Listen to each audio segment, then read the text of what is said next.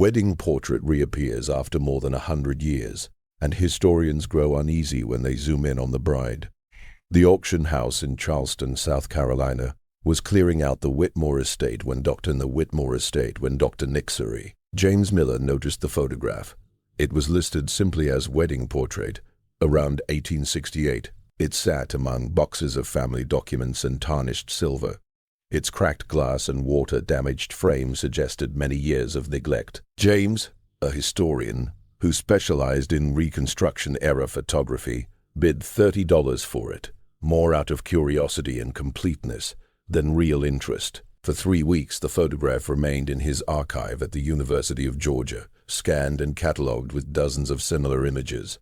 But while preparing a lecture about post-war Southern life, James finally studied it carefully. He enlarged the image on his computer screen, examining the couple standing stiffly in front of a plantation house. The bride looked young, maybe around 20, with delicate features and dark skin. She was black. The groom was white, clearly much older, in his mid-50s, with a thick beard and cold eyes, staring straight at the camera. An interracial marriage in 1868, South Carolina would have been extremely unusual, though not technically illegal in that brief period, between the end of the war and the tightening grip of Jim Crow laws. James zoomed closer on the bride's face. Her expression was strangely blank, showing none of the nervousness or happiness usually seen in wedding portraits. Her eyes looked past the camera, unfocused, as if her mind was somewhere far away. Then he noticed her hands. The bride wore white lace gloves, but something about the way they fit looked strange. James enhanced the image, sharpening the resolution, and his stomach tightened. At her wrists, where the gloves met the sleeves, were dark marks, scars that formed very clear patterns. He had seen marks like this before, in photographs of formerly enslaved people. They were shackle scars left by iron restraints, used on prisoners and enslaved individuals. But this was 1868. The Emancipation Proclamation had been issued in 1863. The 13th Amendment, which abolished slavery, had been ratified in December 1865. By 1868, slavery was illegal across the United States. So why did this bride have fresh shackle scars on her wrists? James leaned back, his mind racing with questions. The scars looked recent. The skin was still dark and raised, not the faded marks of old injuries. He studied the groom's cold expression, the plantation house rising behind them, the bride's distant stare. He examined her neck and discovered another mark, a thin line of scarring that suggested a collar had once been worn there. This woman had been kept in bondage when this photograph was taken, 3 years after slavery had officially been abolished. James reached for his phone with slightly shaking hands and called Dr. Angela Roberts, who specialized in African American history during Reconstruction at Howard University. "Angela," he said, his voice tight, "I need you to look at something. I think you may want to sit down first." Angela arrived in Charleston 2 days later, with her research assistant, Marcus, in tow. James had already sent high-resolution scans, but she insisted on seeing the original photograph.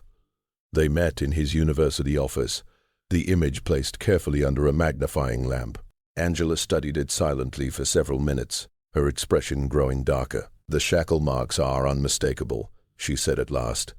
"And look here." She pointed at the bride's neck. "Another mark, a collar. This woman was clearly being held in bondage when this photograph was taken," Angela said quietly, her voice filled with controlled anger. 3 years after slavery was officially abolished, Marcus, photographing the portrait from several angles, spoke up. "It happened more often than people realize. After the war, some former slaveholders in remote areas simply refused to release the people they had enslaved. They kept them isolated, threatened them, or used legal tricks such as fraudulent apprenticeships, debt peonage, or forced marriage." James said slowly, "That's what this might be." He married her to make everything appear legitimate, to have legal documents saying she was his wife instead of his prisoner. Angela nodded grimly. Married women had almost no legal rights during that time. They were basically considered the property of their husbands. For a black woman married to a white man in the South during Reconstruction, With no family or community to protect her, she would have been completely trapped. We need to discover who they were, Marcus said. The photograph came from the Whitmore estate. Let's begin there. James opened the auction records. The estate belonged to Catherine Whitmore, who had died at the age of 93 the previous year. The family had owned Whitmore Plantation in Beaufort County from before the American Revolution until it was sold in 1932. Beaufort County, Angela repeated, coastal and very isolated during Reconstruction. Federal troops were mostly stationed in large cities like Charleston and Columbia. Rural areas were often left to handle things on their own. She turned again to the photograph. This house. Can we identify it? Marcus was already searching. Here. The pier. Historical Registry of Plantation Houses in Beaufort County. Whitmore Plantation. Main house built in 1820. Burned during Sherman's March, but rebuilt in 1866. He showed them a photograph from the early 1900s. The architecture matched exactly. So this photograph was taken at Whitmore Plantation, James said quietly. Which means the groom was probably a Whitmore. Angela stood, her jaw tight. We are going to South Carolina. I want to see the plantation records, property deeds, anything that might tell us who this woman was and what happened to her. Marcus spoke softly. What if we don't find a good ending? Angela looked back at the photograph, at the young woman's scarred wrists and distant eyes. Then at least we will make sure someone finally tells the truth about what was done to her. She deserves at least that much. The South Carolina Historical Society archives in Charleston held the Whitmore family papers, including decades of letters, ledgers, and property records. Angela, James, and Marcus spent 2 full days searching through boxes for anything dated around 1868. Plantation records had been very detailed before the war, listing every enslaved person by name, age, and value. After 1865, the records became vague and incomplete. The ledger from 1866 showed the plantation being rebuilt with entries for laborers and workers, but no names were listed. Marcus found the first real clue in personal letters. A letter dated March 1868 from Thomas Whitmore to his brother, Robert, in Atlanta. The situation here remains difficult. The freedmen are unreliable and leave without notice. I have taken steps to secure stable labor for the coming planting season. You need not worry about my household arrangements. Everything is legal and properly documented, though I expect some may question my decisions. Let them question. A man must do what is necessary to protect what belongs to him. Secure stable labor. Angela read aloud, her voice sharp. And properly documented. He is talking about the marriage. James found another piece of evidence, a note in the plantation ledger from June 1868. Marriage license obtained Beaufort County Courthouse, witnessed and recorded. They actually filed it legally, James said, disbelief clear in his voice. Of course he did, Angela replied bitterly. Make it legal so no one can accuse him of holding her against her will. Who is going to investigate a man's relationship with his own wife? Marcus searched through another box.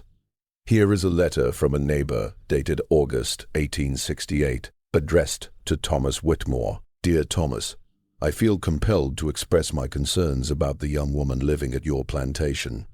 Several of my field hands have reported hearing troubling sounds, and there are rumors that make me uneasy. While I understand these are difficult times, I urge you to ensure that all your arrangements are truly voluntary and legal. We cannot risk giving federal authorities any reason to intervene. Signed, Jonathan Hartley. Someone noticed, Jane said quietly. Someone tried to say something, but not enough. Angela replied, while reading Thomas Whitmore's reply. Your concerns are noted but unnecessary. My wife and I conduct our private matters as we see fit. I suggest you attend to your own household and stop spreading harmful gossip. The word wife seemed to mock them from the page. The Beaufort County Courthouse records from 1868 had been digitized. Marcus searched through marriage licenses from June. There it was. Thomas Whitmore, age 51, planter, To Sarah, age 19, Negro spinster. No last name was given for the bride. Just Sarah. No surname, no family listed, no history, Angela said quietly. Only a first name, as if she appeared from nowhere. But now they had something to investigate. Marcus began searching through Freedmen's Bureau records, the federal agency created to help formerly enslaved people transition into freedom. If Sarah had been enslaved at Whitmore Plantation before the war, there might be records. 2 hours later, he found it. A registry from 1865, listing people emancipated from Whitmore Plantation. Sarah, female, approximately 16 years old, house servant. Angela felt a chill move through her. Sarah had been enslaved at Whitmore. She had been freed in 1865, and 3 years later she was back there married to a former enslaver, wearing shackles beneath her wedding dress. The Freedmen's Bureau records slowly revealed a clearer story. In January 1866, Sarah appeared in a registry in Charleston, living in a freedman settlement and working as a laundress. The record noted that she could read and write, which was unusual for someone who had been enslaved. By April 1866, there was another entry. Sarah, formerly of Whitmore Plantation, seeking help to locate family. Mother Dina sold to Georgia in 1859. Father unknown. Siblings listed as Brother James. Last known location, Mississippi. She had been trying to reunite with her family like thousands of other newly freed people. Then the records ended. There were no more entries for Sarah after April 1866, until the marriage license in June 1868. 2 years of silence. Angela contacted several colleagues who studied Reconstruction-era violence and labor coercion. The stories they shared were horrifying but sadly familiar. Former slaveholders often used threats, isolation, and legal manipulation to pull freed people back into forced labor. Sometimes it was through contracts, sometimes through debt, and sometimes through marriages that were never truly voluntary. Slaveholders used many different tactics to force black people back into conditions that looked like freedom, but were really another form of bondage. These methods included fake debt contracts, false arrests followed by convict leasing, kidnapping, and open violence. Isolated young women were especially at risk.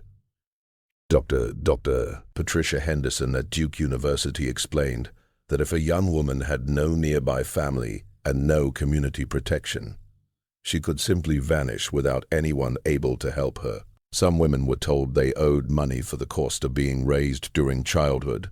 Others were seized off the streets and transported to distant plantations, where no one could hear their cries or know what had happened to them. Angela shared the photograph with Patricia, who examined it slowly and carefully. The wedding dress is too fine for something a recently freed woman could normally afford, but it is not extravagant either. It appears to be a dress prepared specifically for this photograph. This man wanted proof that looked respectable. James had been researching Thomas Whitmore. The man had been 48 years old when the Civil War ended, unmarried and deeply bitter about the Confederacy's defeat. His father and 2 brothers had died during the war. The plantation was the only world he had left. I located his probate records, James said. He died in 1891 at the age of 74. In his will, he left a small parcel of land and $500 to my faithful wife Sarah, should she survive me. Did she survive him? Marcus asked. James slowly shook his head. There is a notation, wife deceased 1873. That is all it says. No explanation of her death, and no burial location listed. Sarah had died when she was about 24 years old. 5 years. She had survived only 5 years of that forced marriage. Marcus discovered a newspaper article from the Beaufort Republican dated March 1873. Tragic death at Whitmore Plantation. Mrs. Sarah Whitmore, wife of prominent planter Thomas Whitmore, died suddenly on Tuesday last. The cause of death is reported as fever. Mrs. Whitmore was said to have a delicate constitution. She is survived by her husband. Funeral services will be private. Fever, Angela said quietly. How convenient. There is no death certificate on record. James added. Either it was never filed or it disappeared over time. They sat in silence. staring at Sarah in her wedding dress, her wrists marked with scars, her eyes distant and empty. A young woman who had endured slavery, tasted freedom for a short moment, tried to search for her family, and then was dragged back into captivity through a legal document that called itself a marriage. Someone else must have known, Marcus said. That neighbor Hartley wrote a letter. He suspected something. Were there more letters? Other people who noticed what was happening. Angela searched through the remaining Whitmore correspondence. In a bundle dated 1870, she found something that made her stop. It was a letter from Elizabeth Hayes, addressed to Thomas Whitmore. Sir, I am writing on behalf of the Ladies' Aid Society. We have received troubling reports about the condition of your wife. Christian charity compels me to request that you permit our society to visit your home and ensure Mrs. Whitmore's well-being. Thomas Whitmore's reply was brief and cold. Madam, your interference in my private affairs is neither welcome nor appropriate. My wife is well cared for and has no need of your society's intrusions. Someone had tried. Someone had realized that something was wrong and attempted to step in, but Thomas Whitmore had closed the door on them, and Sarah remained trapped. We need to find the Ladies' Aid Society records, Angela said. If they noticed enough to write to him, they might have written down more details. The records of the Beaufort Ladies' Aid Society were stored in the town's historical museum. The society had the bull and founded in 1866 by Northern women who came south during Reconstruction to establish schools and provide aid for newly freed people. The society's secretary had been extremely careful. Every meeting was recorded and every charitable visit documented. Angela found the first mention of Sarah in meeting minutes from January 1870. Mrs. Elizabeth Hayes reported a matter of concern.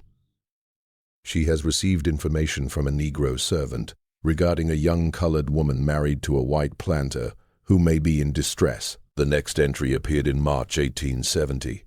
Mrs. Hayes reported that Mr. Whitmore declined our offer of assistance. The matter was tabled. Then in June 1870, there was an entry that made Angela's hands tremble. A Negro woman named Dinah, seeking her daughter Sarah, came to our office.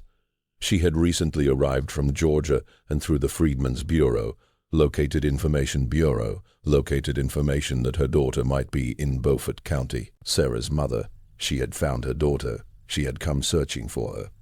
Marcus quickly turned ahead through the society records. Here it is, July 1870. Mrs. Hayes reports that Dinah, the Negro woman seeking her daughter, was turned away from Whitmore Plantation by Mr. Whitmore himself. She was told that his wife desired no contact with her former life and that Dinah should not return. Dinah came to our office in great distress, insisting that her daughter would never refuse to see her. He would not let her mother see her, James said quietly, his voice hollow. Her mother came all the way from Georgia, and he would not even allow them to speak. Angela continued reading. The entries went on through 1870 and into 1871, describing the society's growing and desperate attempts to help. They tried contacting the Freedmen's Bureau, but were told Sarah was legally married, and the Bureau had no authority in marital matters. They approached the local sheriff, who laughed and said a man's wife was his own concern.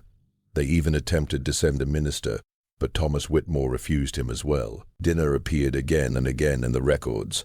She stayed in Beaufort, taking whatever work she could find, hoping for even a brief chance to see her daughter. In October 1871, she convinced a delivery man who brought supplies to the plantation to carry a letter to Sarah.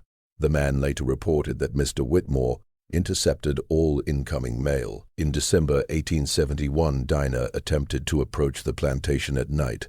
She was caught by men employed by Thomas Whitmore, beaten, and threatened with arrest if she trespassed again. The final mention of Dinah appeared in March 1872. Dinah has left Beaufort, destination unknown. She came to our office before departing and expressed her belief that her daughter is being held against her will, but she has no means to help and fears for her own safety. She wept and said she had survived slavery only to lose her daughter to something worse.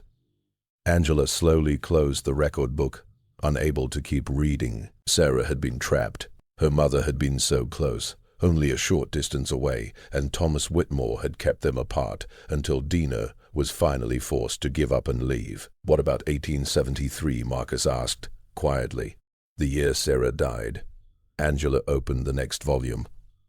In March 1873, there was a brief note. News reached us of the death of Mrs. Sarah Whitmore. Mrs. Hayes expressed deep sorrow and stated that she believes the young woman's death may not have been from natural causes. However, as no autopsy was performed and Mr. Whitmore has arranged a private funeral, there is no means to investigate. We have failed this young woman. That was all. Sarah had died, and even the women who tried to help her could do nothing more than record their sorrow in ink. We need to discover if Dina ever learned what happened to her daughter, Angela said, and we need to find where Sarah was buried. Tracking Dina proved difficult. Marcus began with the Freedmen's Bureau registry. From June 1870, the entry listed her as Dina, about 43 years old, formerly enslaved in Georgia, literate, searching for family members. The registry noted where she had come from, emancipated from Thornton Plantation, Wilkes County, Georgia, in 1865. James contacted colleagues at the University of Georgia. Within 2 days, they located Dina in the Thornton Plantation slave schedules from 1860. Dina, female, age 33, house servant. One child, Sarah, age 7. The record also contained a chilling note. Child Sarah sold to South Carolina buyer 1859. Sarah had been only 6 years old when she was sold away from her mother. Census records traced Dina's life after she left Beaufort in 1872. She appeared in the 1880 census in Atlanta, working as a washerwoman and living in a boarding house with several other black women. By 1900, she was living in Birmingham, Alabama, listed as a widow and working as a cook in the household of a family named Johnson. The 1910 census showed Dina, now listing her age as 83, still in Birmingham, and still working despite her age. She was living with a younger woman named Mary Johnson and Mary's children. Dina died in 1914 according to a death certificate Marcus found through Alabama vital records. She was buried in Birmingham's Elmwood Cemetery in the section reserved for black burials. The cause of death was listed as pneumonia. She was about 87 years old. She lived 41 years after Sarah died. James said softly, "She must have carried that grief for 4 long decades." Angela made arrangements to travel to Birmingham. If Dina had lived with the Johnson family, there might still be descendants who knew her story. It took 3 weeks, but Marcus finally located Day, great-great-granddaughter of Mary Johnson, a woman named Patricia Collins, who lived in Atlanta and was active in genealogy circles researching her family's history. When Angela called and explained what they had discovered, Patricia was silent for a long moment.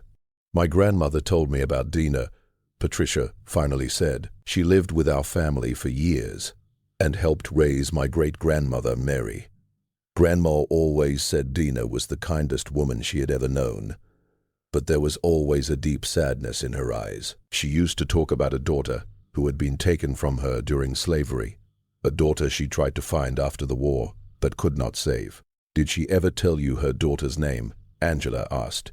Sarah Patricia replied, "Her name was Sarah. Dina said she found her eventually, but by the time she did, it was already too late. She said her daughter had been trapped by a white man who claimed to be her husband, and that he killed her in the end, though no one would ever call it what it really was.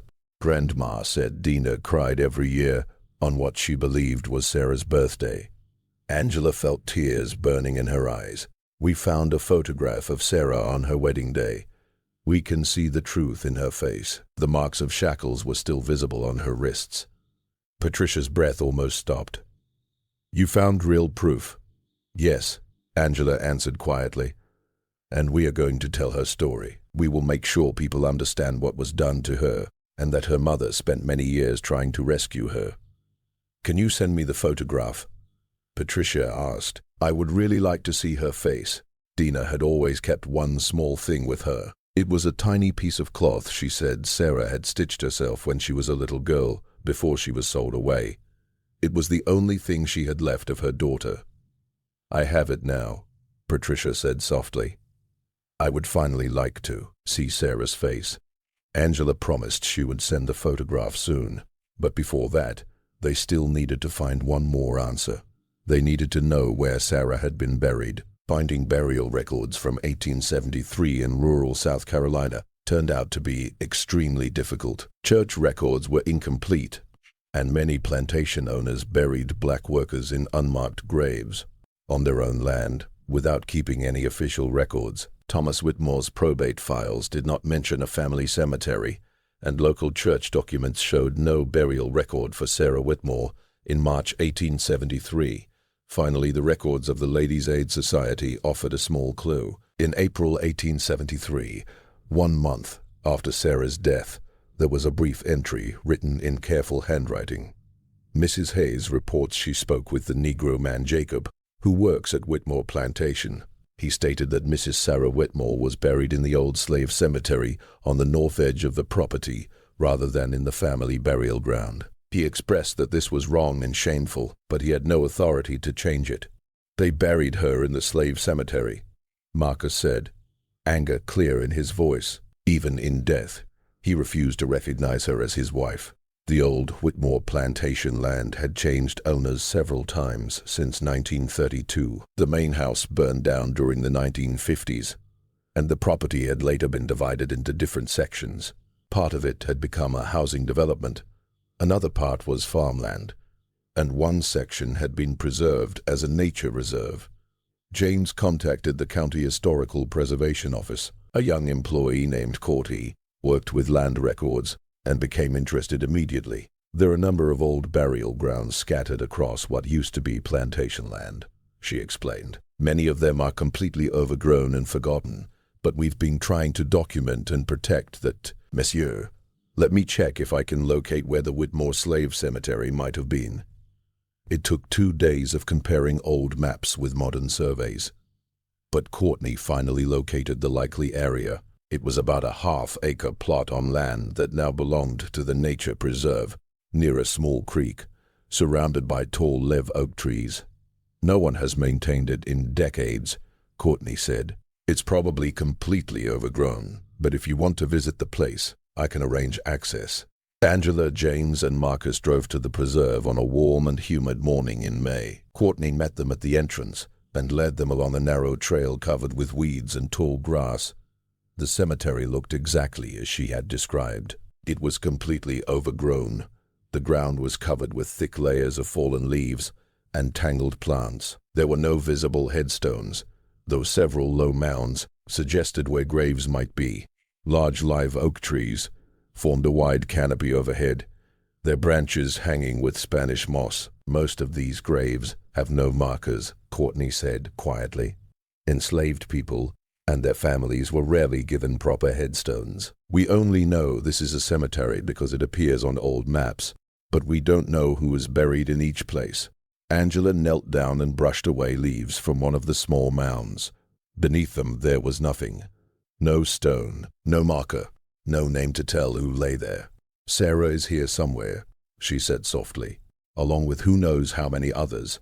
They spent nearly an hour documenting the site, taking photographs, and marking the location with GPS coordinates. As they prepared to leave, Angela noticed a small oak sapling growing from one of the grave mounds, its young leaves bright green in the filtered sunlight.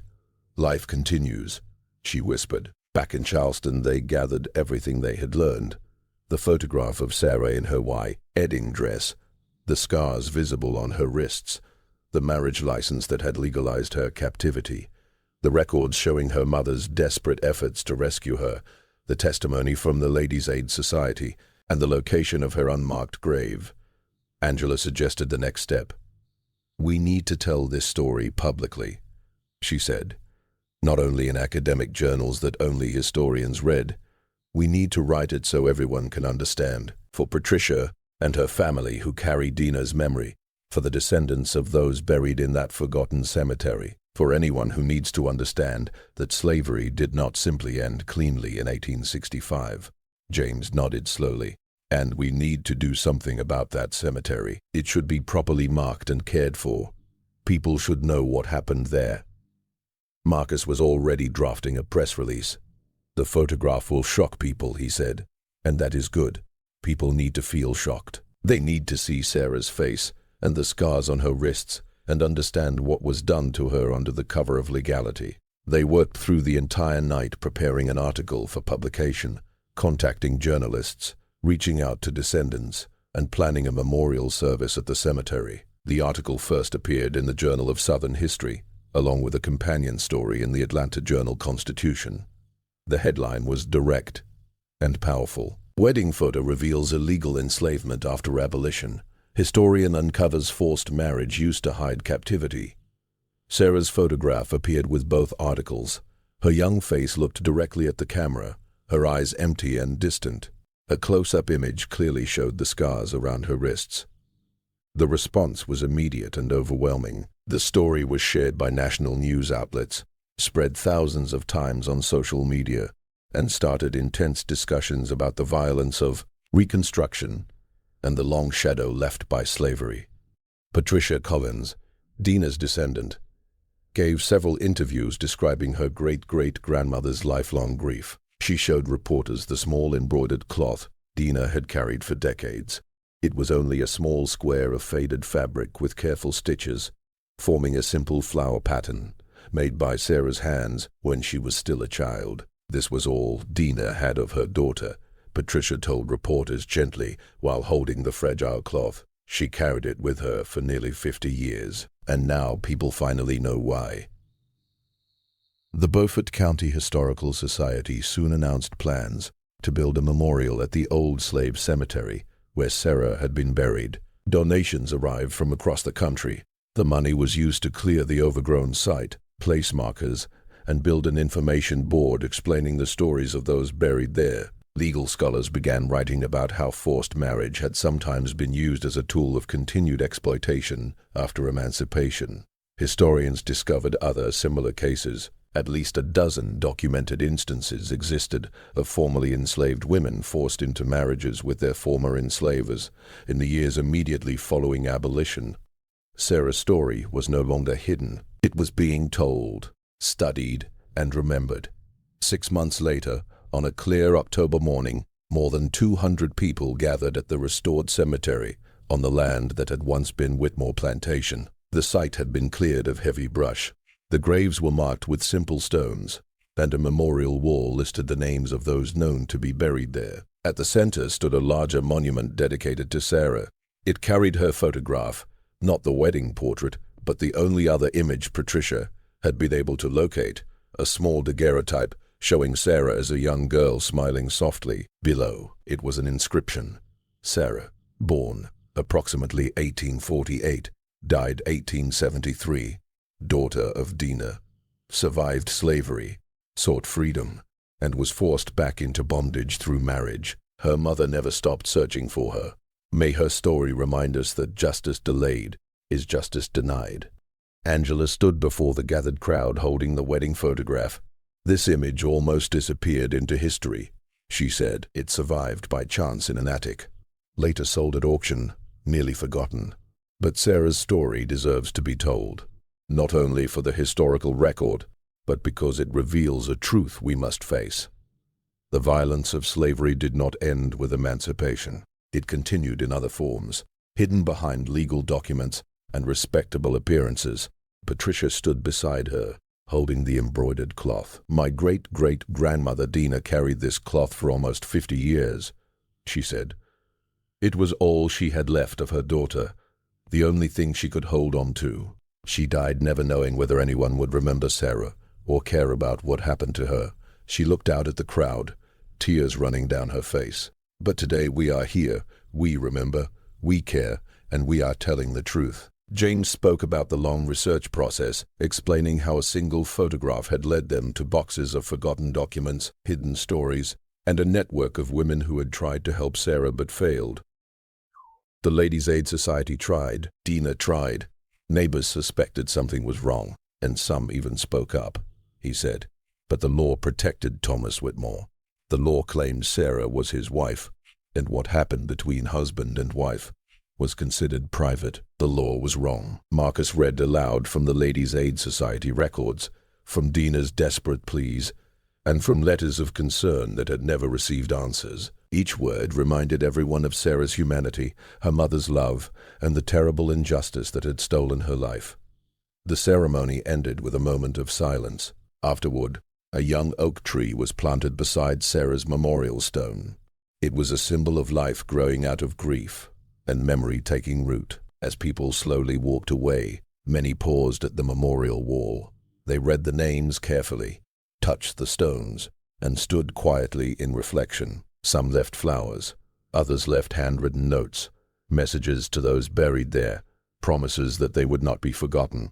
Angela watched as Patricia knelt beside Sarah's stone and gently placed the embroidered cloth at its base. Later it would be preserved safely under glass, but for that moment it rested on the earth, connecting mother and daughter across a century and a half. "Do you think it's enough?" James asked quietly as he stood beside Angela. Telling her story, building this memorial. "Is it enough?" Angela stayed silent for a moment, while sunlight filtered through the oak trees and touched the stones below. "It's not enough to erase what was done to her. Nothing really could be, but it is still something. It is the truth, finally spoken out loud. It is Sarah being recognized as a human being, not treated like property. It is Dina's sorrow finally being respected. It is a record that will remain long after we are all gone." She looked at the wedding photograph in her hands, at Sarah's scarred wrists and the emptiness in her eyes. "And maybe, just maybe, it helps make sure that we never forget how easily injustice can hide behind something that appears legal.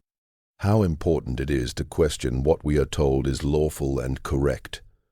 Marcus walked over and joined them, his camera still in his hand. He had recorded the whole ceremony, capturing faces, quiet moments, and the memorial itself. "This will be archived," he said. "Students will learn about Sarah. Her story will be taught in classrooms. That photograph that almost vanished, it is now going to educate people for many generations." The three historians stood side by side, looking at the memorial they had helped bring into existence. It had all begun with a photograph noticed by accident, a small detail that made them pause and look more carefully. That moment had led to months of searching, painful discoveries, and finally to this place, a place of memory, a story finally shared, a life finally recognized. Patricia slowly walked toward them, her eyes red but her face calm and peaceful.